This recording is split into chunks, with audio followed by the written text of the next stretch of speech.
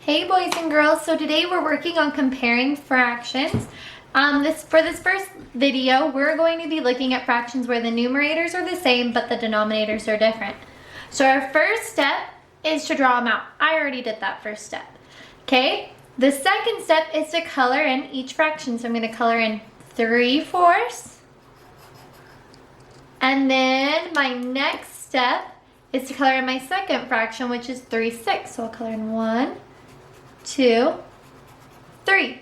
And now I need to compare which one got closer to one whole, meaning the whole thing was filled up. Well, if I look at it, 3/6 is about halfway, 3/4 is about 3/4 of the way, so 3/4 won on that one. It was the bigger fraction. Okay, for this next one, I need to draw in the fractions. My first one is 5/5, so I need to break this into 5 pieces. So 1, 2, 3, 4. So I have my 5 pieces and I'm going to label each unit fraction right now.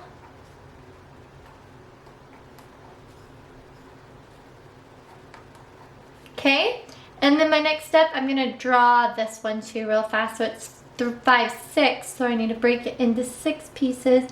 So I'm going to break it into thirds, then break each third in half, and I get 6 pieces, and I'm going to label each individual unit fraction.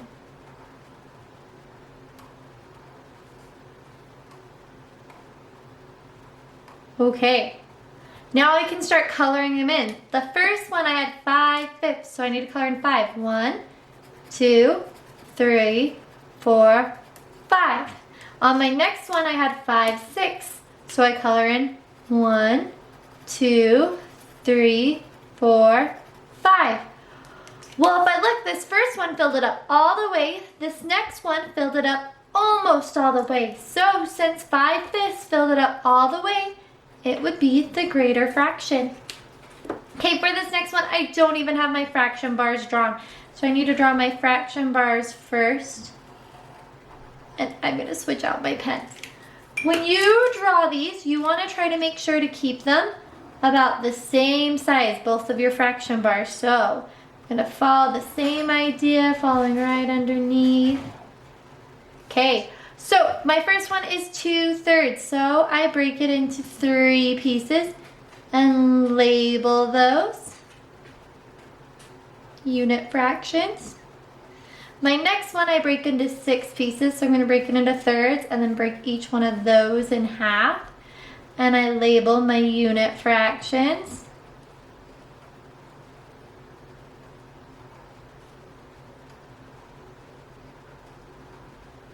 Okay, so the first one I color in 2/3, so I color in 2 of them. 1, 2. My next one I have 2/6, so I also color in 2 of them. And now I need to compare. Which one has more filled in or is closer to one whole? In this situation, 2/3 won again. So I want you guys to notice this. The numerators are the same. So I can look at the denominators. In this one, the 4 beat out the 6. This one, the 5 beat out the 6. This one, the 3 beat out the 6. So what I can conclude is if the numerators are the same, I can look at the denominators and based on which one is bigger, that means it's smaller. If it's smaller, it's bigger. So I'm going to try that down here. I have 4/7 and 4/5. I'm going to compare my denominators and circle the one that is the smaller number. Since this is smaller number, it's going to be broken into less pieces, so that means bigger pieces, so 4/5 would have won. Okay, the same idea. I look at my denominators because my numerators are the same. I look at them, 8 and 4.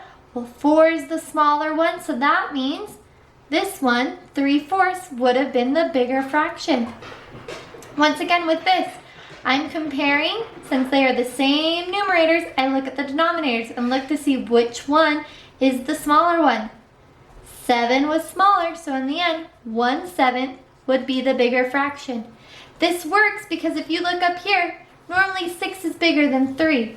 But this same size had to be broken into 6 pieces, which means they were smaller than this one that had to be broken into only 3 pieces, so it had bigger pieces overall. Okay, so that is how you solve when the numerators are the same.